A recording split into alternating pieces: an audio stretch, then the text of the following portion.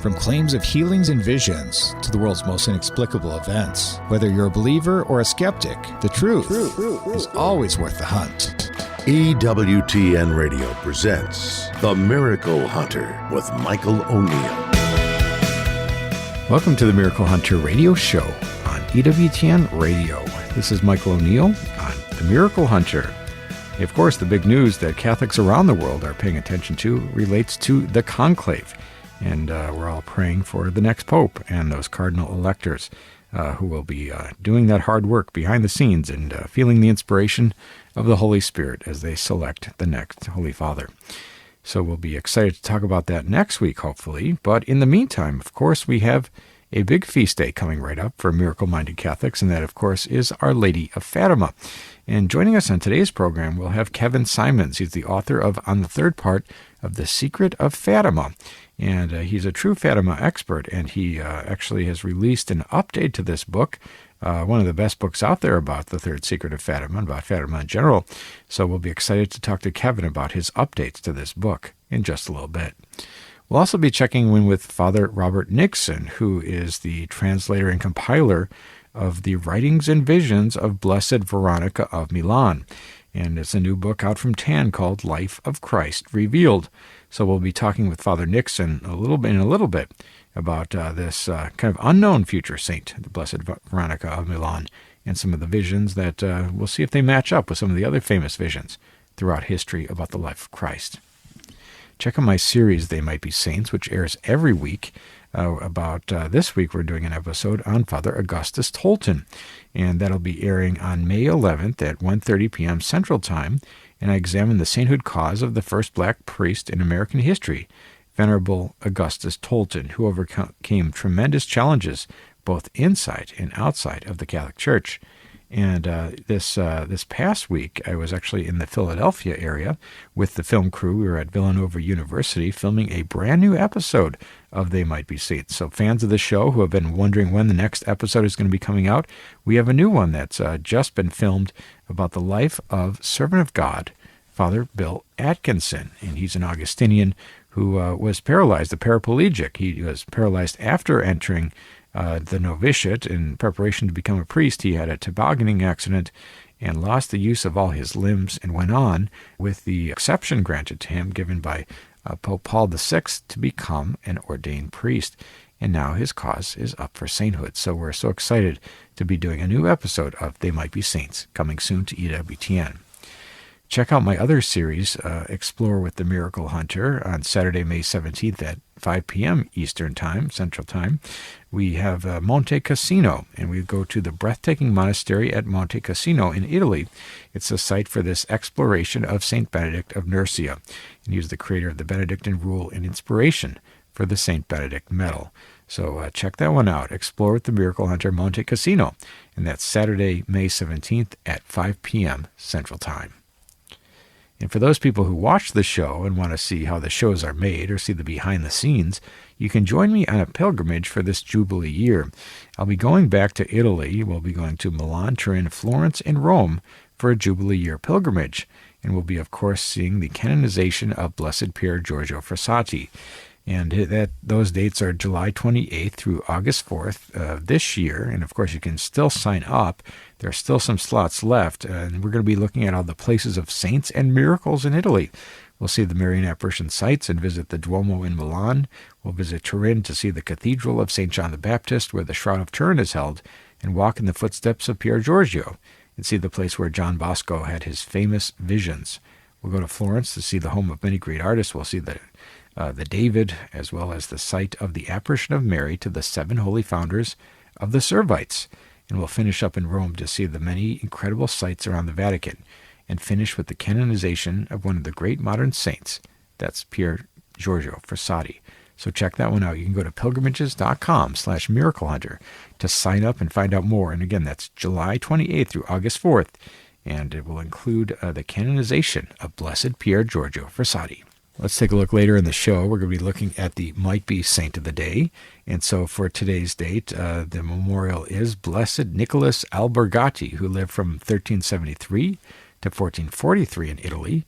In the 365 Days with Mary project for today's day, we've got Our Lady of Tersat in Croatia in the year 1291. And the question of the week, how do canonization causes handle the need to wait for a venerable declaration, but might have an old miracle to submit? How does that work?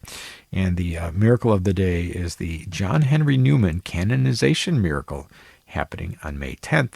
And we'll cover that one in just a little bit. Let's take a look at the miracle news. We do this every week where we talk about the miracles happening around the world and those things that relate to miracles.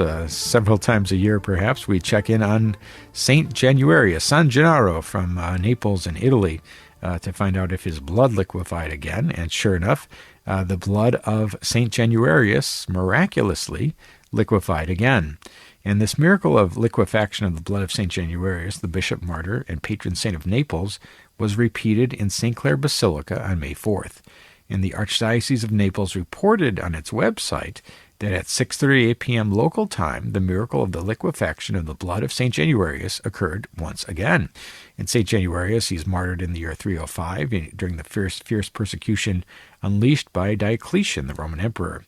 And this miraculous liquefaction occurred during the Mass offered by the Archbishop of Naples, Domenico Battaglia, and with Abbot Vincenzo de Gregorio participating, and the mayor of Naples there, Gaetano Malfredi. He was in attendance. And so when this miracle is repeated, a white cloth is waved to indicate to the people that the miraculous sign has taken place. And on this occasion, De Gregorio gave the sign. And there's a challenge to the belief that when the blood does not liquefy, some misfortune might occur. Battaglia told those present at the Mass that this blood is the sign of the dream of salvation, of hope, of trust. It's not an oracle to consult, but a compass to follow because it is always well oriented towards Christ, the origin and goal of our journey, our history and the history of the world. And the hagiographic sources and records of Bishop Januarius' martyrdom tell us how he, without any fear, put the good of his brothers before his own safety, going to visit a brother in prison because of his faith in Christ. And that was the words of Battaglia. And he then prayed to the martyr, help us to walk along the path of time and history with our gaze fixed on the Lord, whom you have loved and served, and may we always be with feet ready to go to our brothers and sisters who are in physical, interior, or social prisons. Maybe we like you, who, despite the danger and persecution for the love of God and the brethren, were not afraid to set out and risk your life to spread the bread of the word that restores the brothers imprisoned because of the gospel and violence of men. He also prayed. And so he was still addressing the patron saint of Naples when he said, "Witness of fruitful blood, pray with us and help us to pray without tiring, so that in your city innocent blood will not be shed again. And so that in our Europe and the Holy Land and the world, fratricidal conflicts may cease. And may Jesus Christ defeat all violence, wipe away the tears of pain, and disarm with forgiveness all desire for revenge." And those were some great reflections there. And from that event, the liquefaction of the blood of St. Januarius, San Gennaro, happening once again this year. Let's take a look at Catholic Pub Trivia. We do this every week where we ask a trivia question and give out a prize to an emailer that writes in the fastest with the correct answer. And last week's question was, who is the youngest American venerable, blessed, or saint?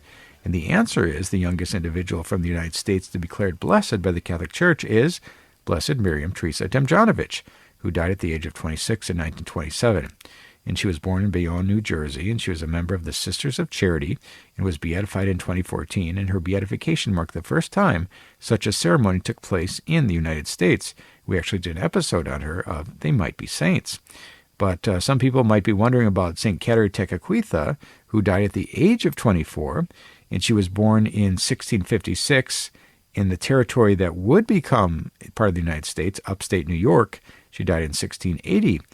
So she is the first Native American to be canonized a saint by the Catholic Church. She was canonized in 2012 by Pope Benedict XVI, but because it wasn't actually the United States, she wasn't a United States citizen. And some people might wonder about the question of, if you look around the world and find out who is the youngest venerable, blessed, or saint, the answer to that question is, globally, the youngest person that the Church has considered for canonization as a confessor is Antoinetta Maio. She's an Italian girl who died at the age of 6 in 1937, and she is currently recognized as venerable. And so that is last week's question of the week. Now for this week, our question is, what is the name of the saint or saints whose body exude manna or oil in Italy?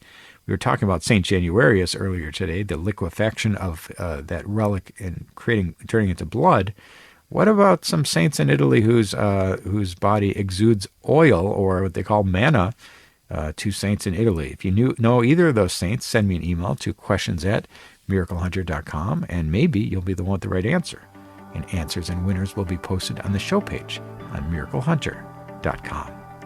We need to take a short break, but when we come back, we're going to be talking with Kevin Symonds, author of the book on the third part of The Secret of Fatima. Stay with us for that.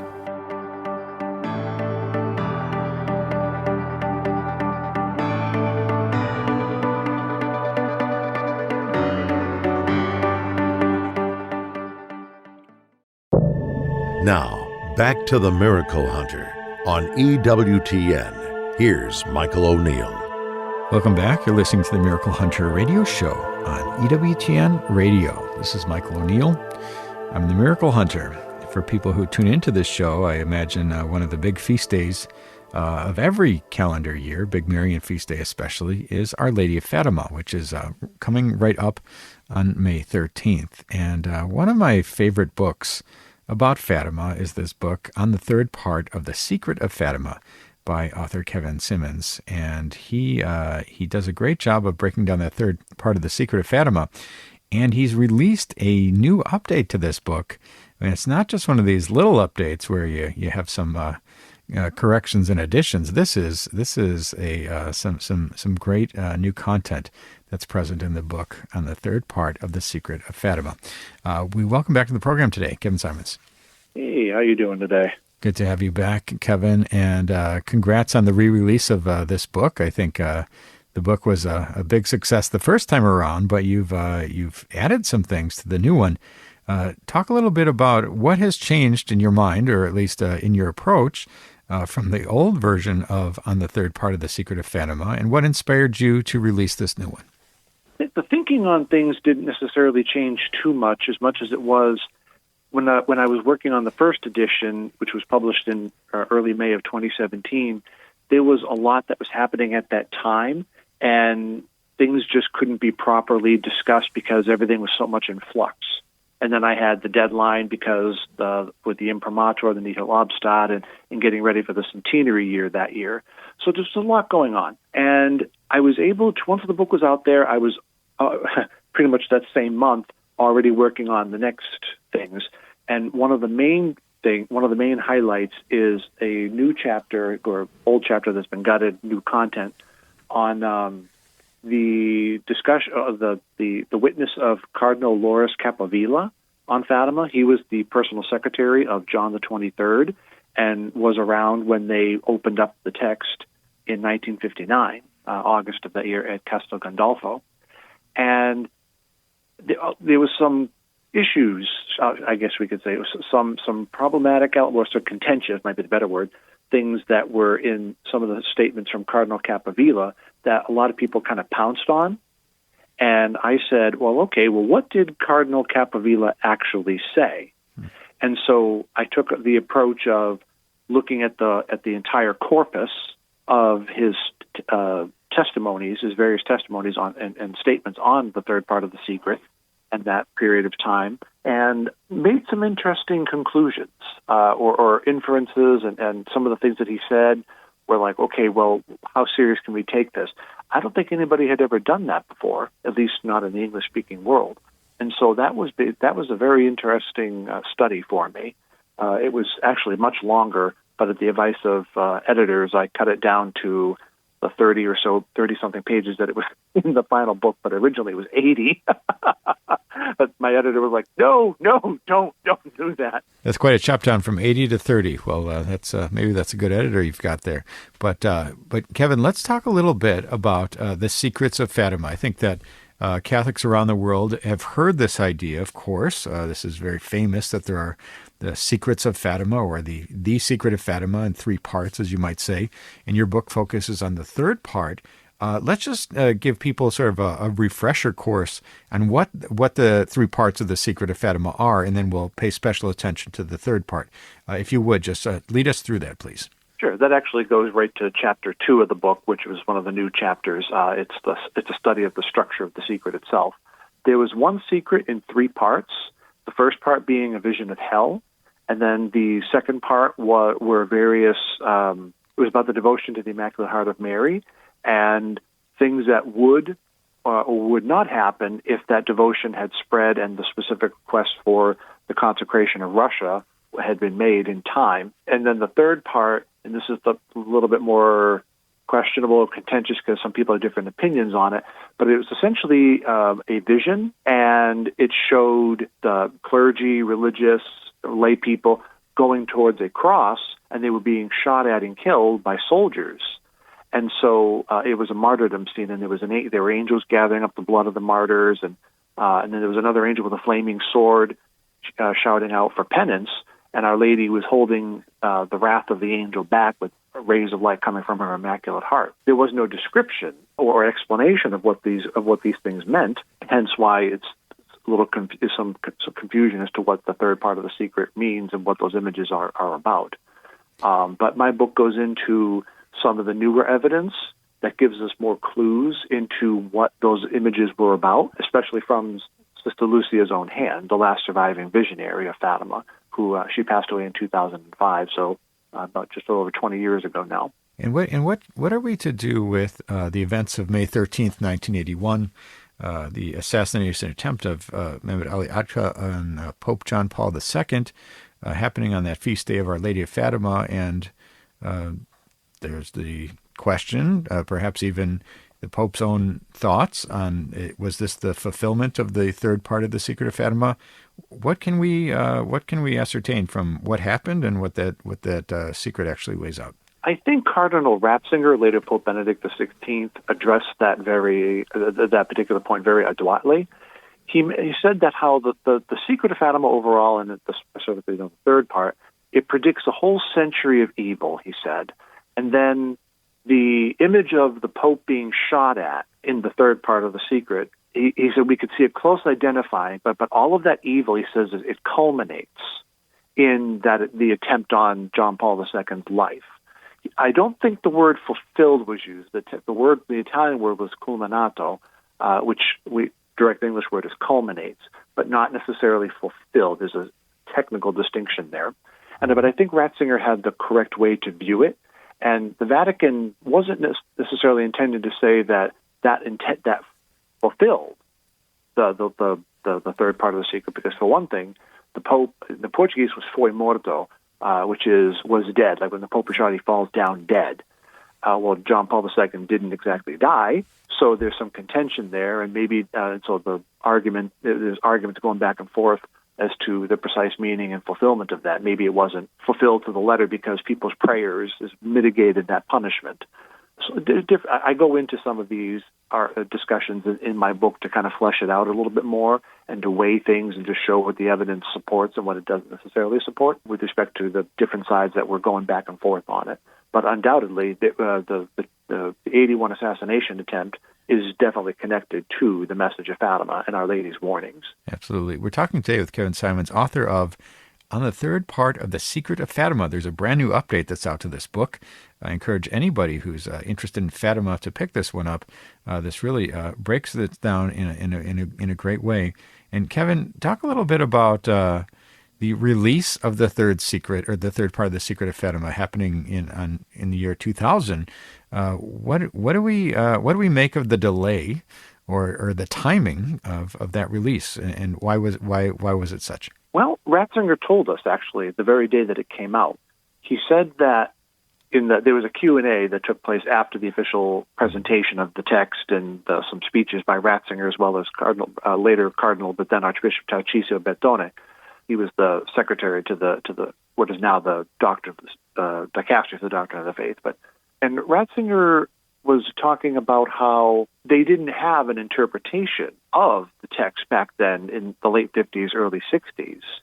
And so there was nothing to connect the images tangibly with anything historical. And so he said the Vatican decided that it would be imprudent to release the text publicly at that time. But also, when you look at the history, Our Lady did not say that the text was to be published in 1960.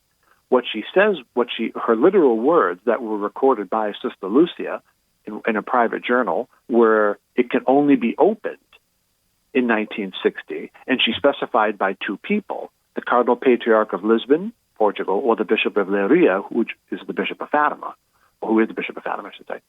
So that, of course, didn't happen because, for reasons being, the text went to Rome before that date of 1960, and so things kind of got mixed up a bit, shall we say. And the wires got crossed, miscommunications, but nowhere did Our Lady say that it was supposed to be published.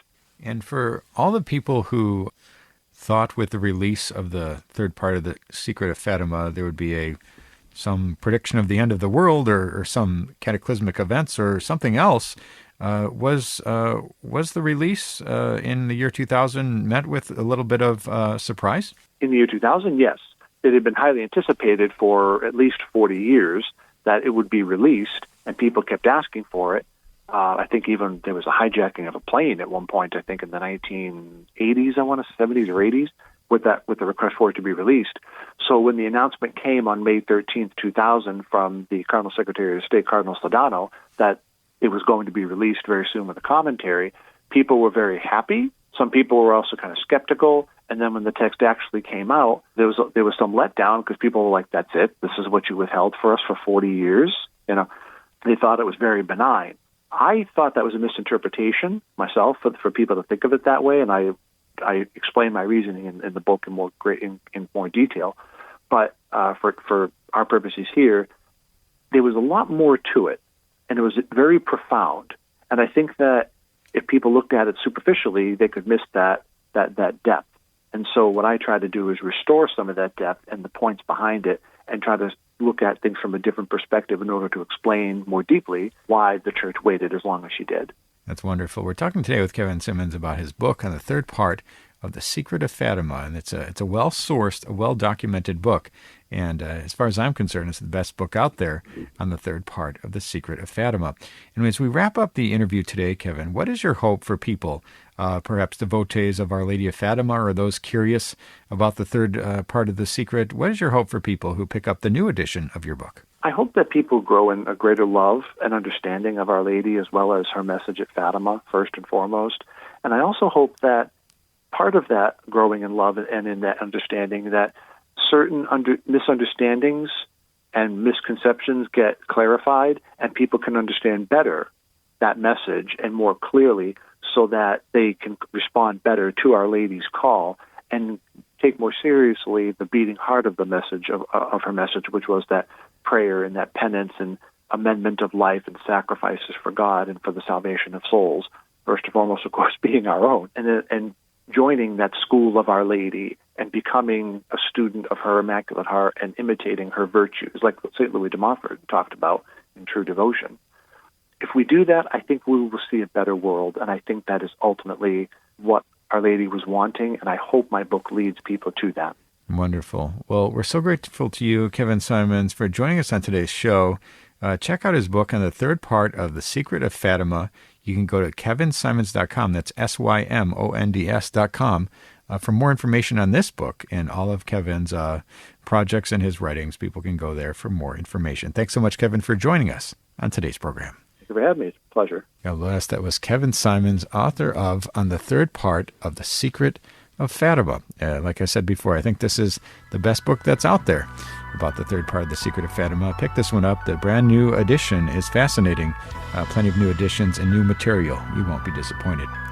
We need to take a short break, but when we come back, we're going to be looking at the question of the week. Stay with us for that.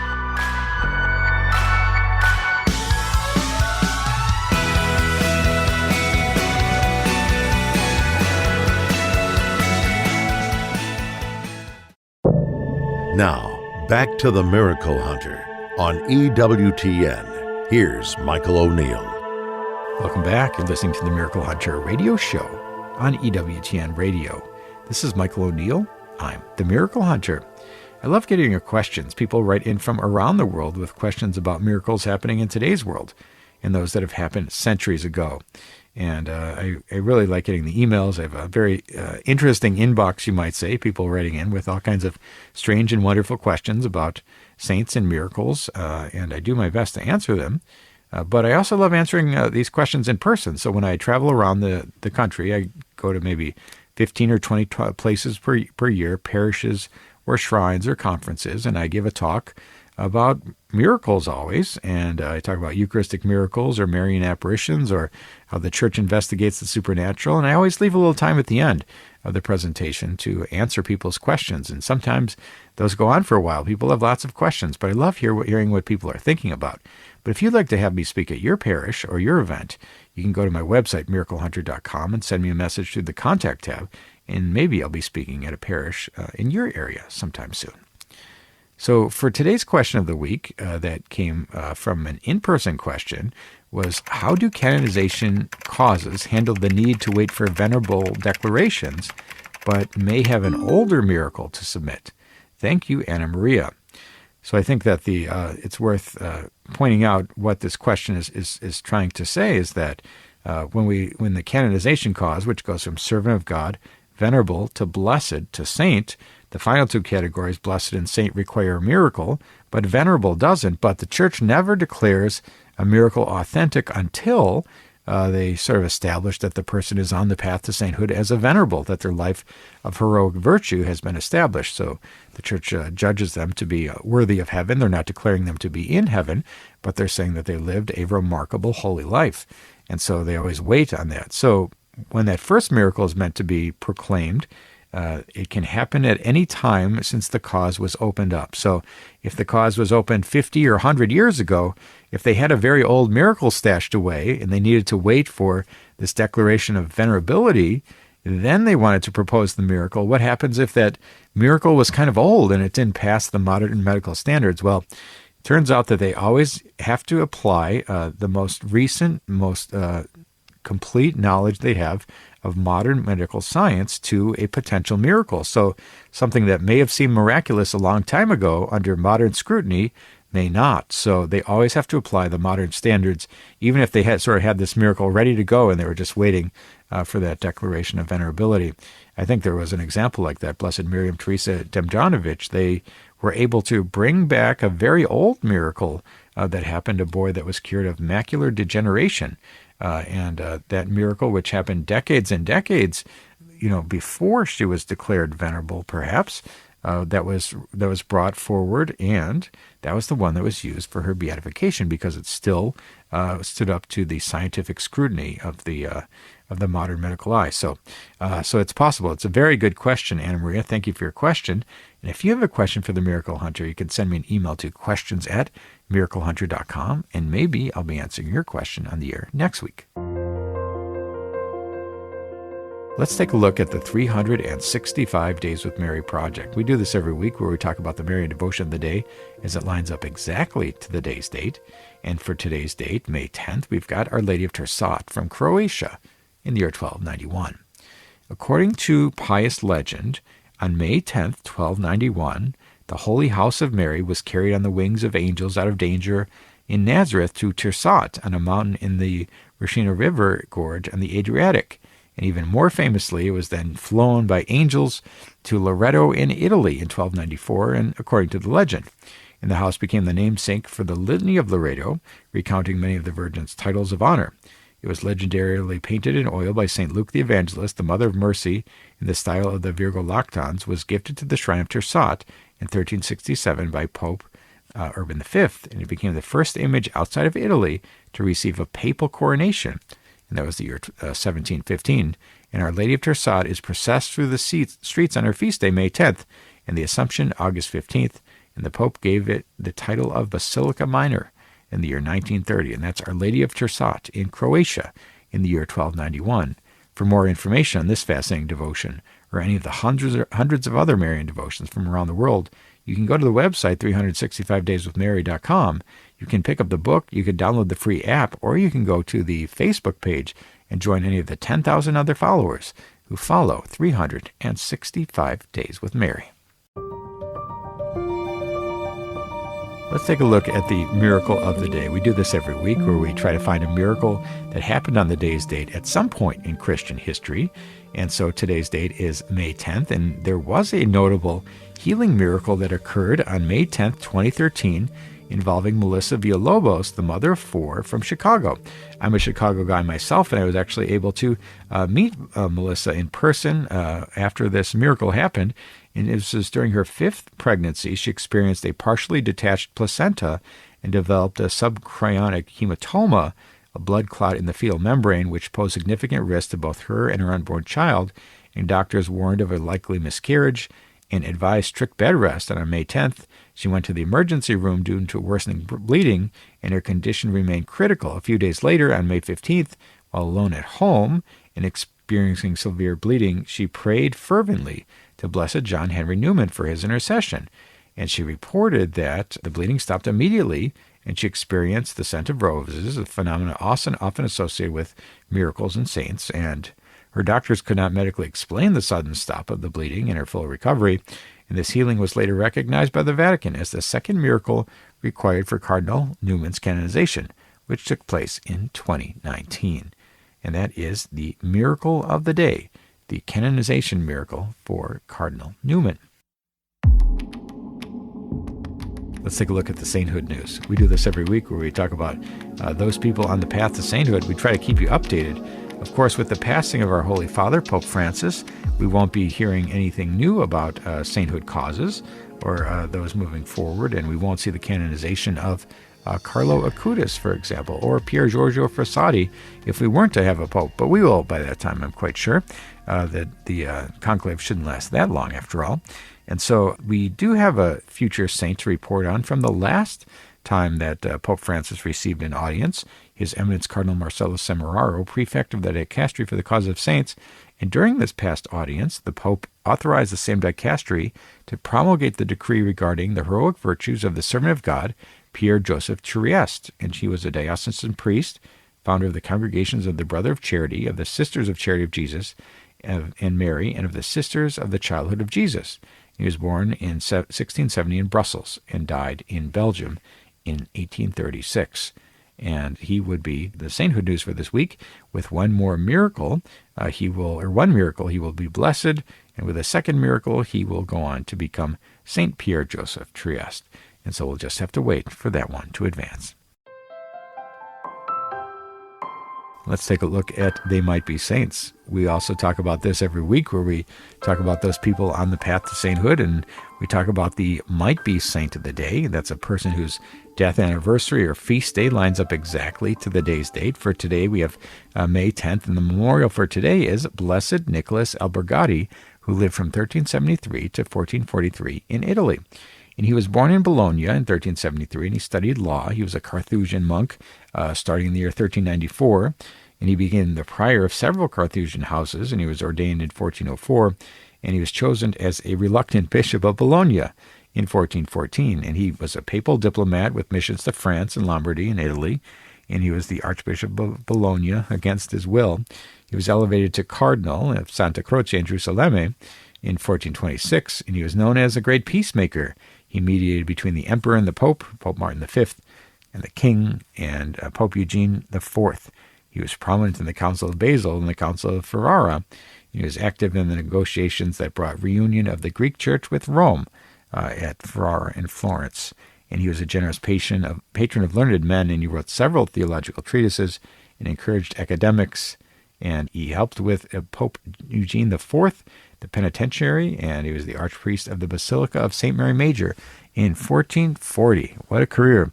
And he died in Siena in 1443 on May 9th of natural causes, and he was beatified on September 25th, 1744 by Pope Benedict XIV. And so there we see his death anniversary is actually May 9th, but his feast day is May 10th, and he is the might-be saint of the day. That's Blessed Nicholas Albergati from Italy. And for those people interested in They Might Be Saints, they can pick up my book, They Might Be Saints, which is available from EWTNRC.com, my book about all the Americans on the path to sainthood. Or you can watch the show, which airs on Sunday, May 11th at 1:30 p.m. Central Time. They Might Be Saints, Father Augustus Tolton. I examine the sainthood cause of the first black priest in American history, Venerable Augustus Tolton, who overcame tremendous challenges both inside and outside of the Catholic Church. And we just filmed a new episode of They Might Be Saints this past week about Father Bill Atkinson from Philadelphia and Villanova. He was an Augustinian, and he was a paraplegic, and he's on the path to sainthood as a servant of God. So stay tuned for that one, coming soon to EWTN television. We need to take a short break, but when we come back, we're going to be speaking with Father Robert Nixon about his book about Blessed Veronica of Milan, Life of Christ Revealed. Stay with us for that.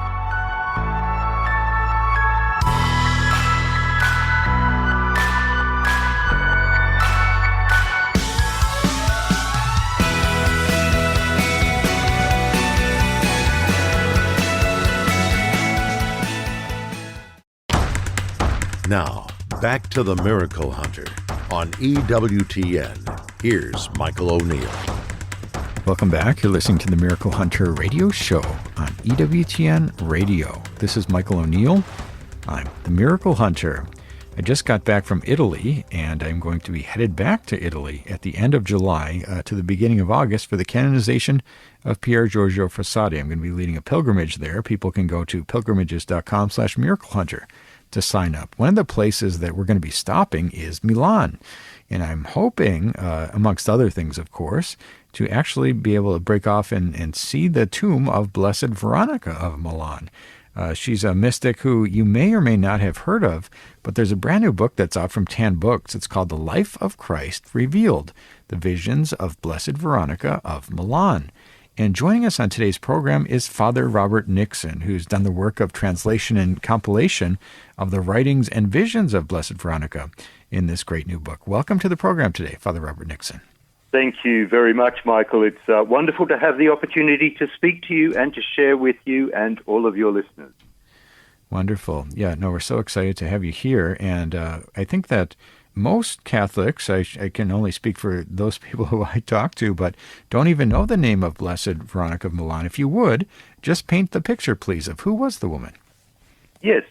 So she was a saint. She was a very holy nun.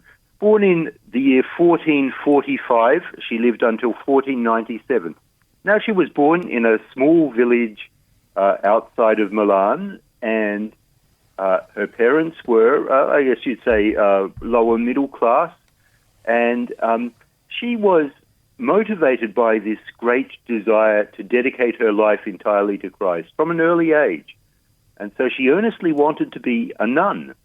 And so she applied at first to seek admission to a convent, to an Augustinian convent.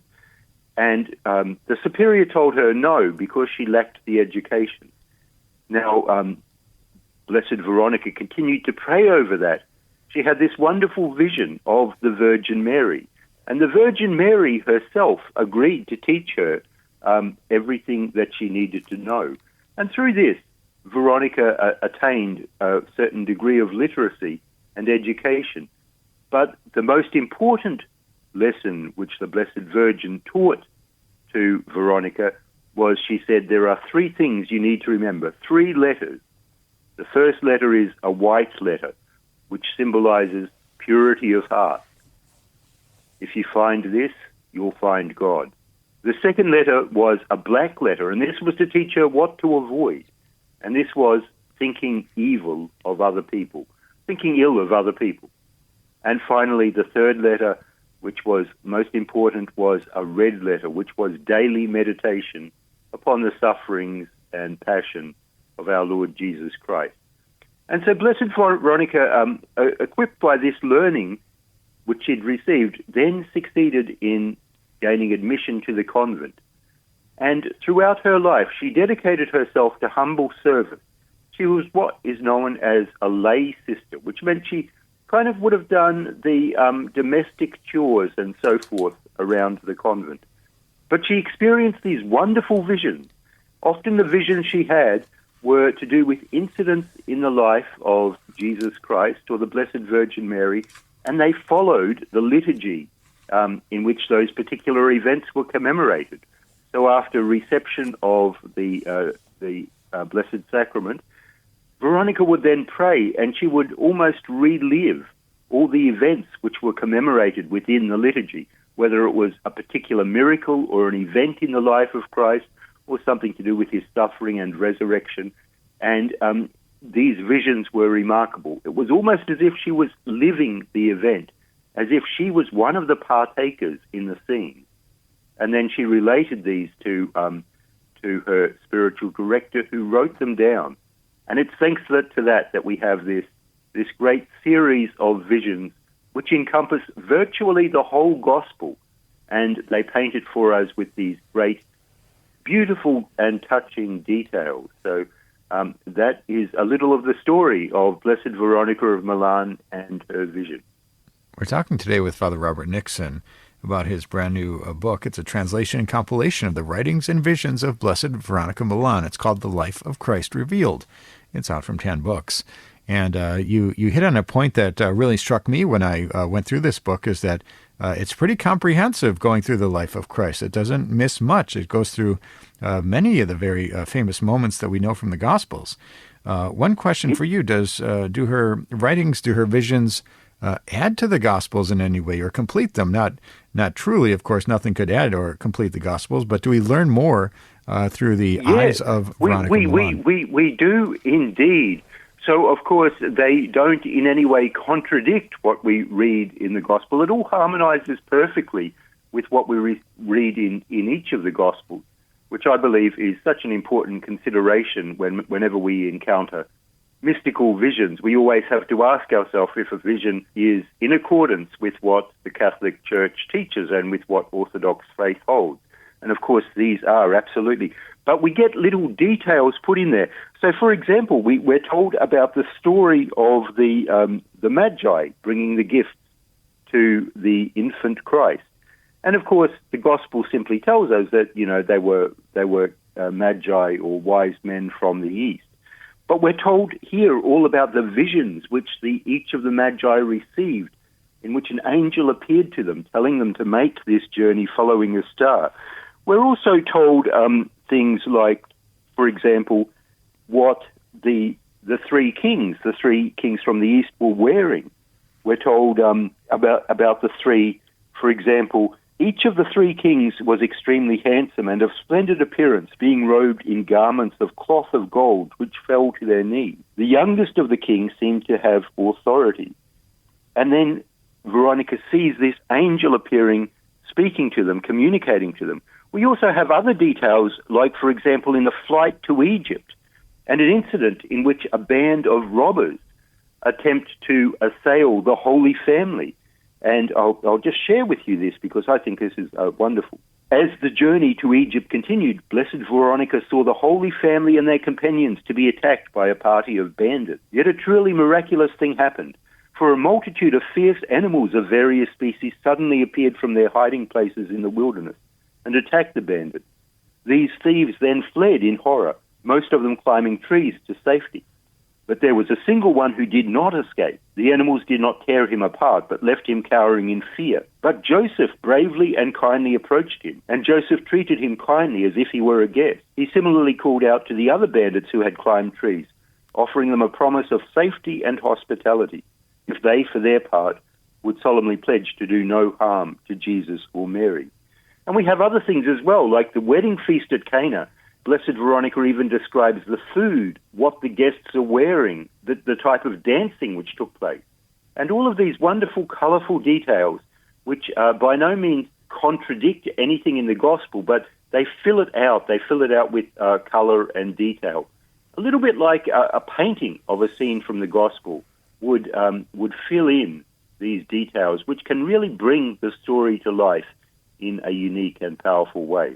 Beautiful. We've been talking today with Father Robert Nixon about this new book, The Life of Christ Revealed, from 10 books. It's the writings and visions of Blessed Veronica of Milan. Now, of course, Blessed Veronica is not the only saint or blessed or mystic who's reflected on the life of Christ and written those things down, and we have those writings to compare. What would you say about the congruence between Catherine Emmerich, for example, and Veronica of Milan, or any of the others that you may have studied? Is there a similarity in style or content, or are they different in some ways? In fact, Michael, I have studied quite a number of these visions, and from a variety of different sources. And they basically, the earliest type of one go back to the period of late antiquity. And then throughout the Middle Ages, there are numerous visions. So there's, for example, a series of visions on the Passion of Christ, which was received by St. Anselm of Canterbury, which is another one I've translated for 10 books. There, of course, are the visions of Christ by Blessed Catherine Emmerich, which are very well known, also by lesser known saints like Saint Clare of the Cross of Montefalco. Now, the remarkable thing about all of these visions is there's virtually zero chance that these different saints were familiar with each other's writings because, books weren't widely circulated back in those days, and, it was just unlikely that they would have read other people's visions. But the striking thing is that these visions have a great accordance, a great harmoniousness, and I would say probably in about maybe 80% of the details, they match almost perfectly, and things that you would never have imagined. And there's always this kind of harmoniousness between them, a kind of congruence. And this also tends to match up with the very earliest accounts of the traditions found in such sources as the Proto-Evangelium of James, which talks about the life of Mary and the events of the childhood of Christ. So in this context, I think this is a very powerful argument towards their truth because there's a consistency. Now, one of the things, though, which is unique, I think, about these visions of Blessed Veronica is that they paint the picture so powerfully and so beautifully, but also so simply. So the entire book, it's not it's not a terribly long book, but it's of an ideal length for meditation. So you can pick a chapter in this and read through it, and it's almost like doing an Ignatian meditation in which the person imagines themselves to be a partaker of the scene in the gospel. This will really facilitate this kind of meditation because Veronica often imagines herself as one of the either a member of the crowd or one of the guests or a group of the women who are accompanying Mary and so forth. And this really makes it come alive in a very deeply touching way. So I would think these visions of the life of Christ throughout our Catholic mystical tradition are remarkably congruent.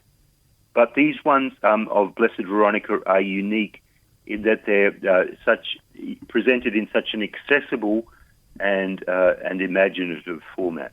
Wonderful. Well, we're so grateful to you, Father Robert Nixon, for joining us on today's program, talking to us about Blessed Veronica of Milan and her visions, which you've compiled and translated into this new book, Life of Christ Revealed. Where can people go to pick up this book? So I would recommend to all of your listeners who are interested to visit the Tan Books website, tanbooks.com, and the book can be ordered through there. It can also be ordered through, any online bookseller.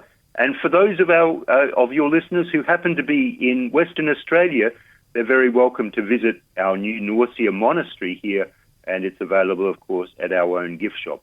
But certainly in the first instance, tanbooks.com. Wonderful. Well, thank you so much, Father Robert Nixon, for your great work translated and compiling the writings and visions of Blessed Veronica of Milan. She's a saint that not many Catholics know about, but they soon will when they pick up your book, Wonderful. The Life of Christ Revealed. Thank you so much for joining us on today's program. Thank you very much, Michael. God bless you, and God bless all of your listeners. God bless. That was Father Robert Nixon talking to us about Blessed Veronica of Milan. Check this out through Tan Books. The name of the book is Life of Christ Revealed. And that's all the time we have for today's show. If you missed any of this episode or want to catch up on past episodes, you can go to EWTN.com/radio. Check out the audio archives or download the free EWTN app. I'd like to thank our guest today, Kevin Symonds, author of On the Third Part of The Secret of Fatima, and also Father Robert Nixon for translating and compiling the writings and visions of Blessed Veronica of Milan into the book Life of Christ Revealed from 10 books. Check out my series Explore with the Miracle Hunter on Saturday, May 17th at 5 p.m. Central Time. The episode on Monte Cassino airs, and that's the breathtaking monastery at Monte Cassino. It's the site of my exploration of St. Benedict of Nursia, the creator of the Benedictine rule and inspiration for the St. Benedict medal. Check that one out, Saturday, May 17th at 5 p.m. Central Time. And for those people who enjoy watching the Explore shows and actually want to go on their own exploration, you can join me going to Italy on July 28th through August 4th. This is a Jubilee year pilgrimage. We'll be going to Rome, Milan, Florence, and Turin. We'll see some Marian apparition sites in Italy. We'll visit the Duomo in Milan. We'll go to Turin to see the Cathedral of St. John the Baptist, where the Shroud of Turin is held. We'll walk in the footsteps of Pier Giorgio Frassati, see the place where St. John Bosco had his visions. We'll go to Florence to see all that incredible artwork, as well as the site of the apparition of Mary to the 7 holy founders of the Servites.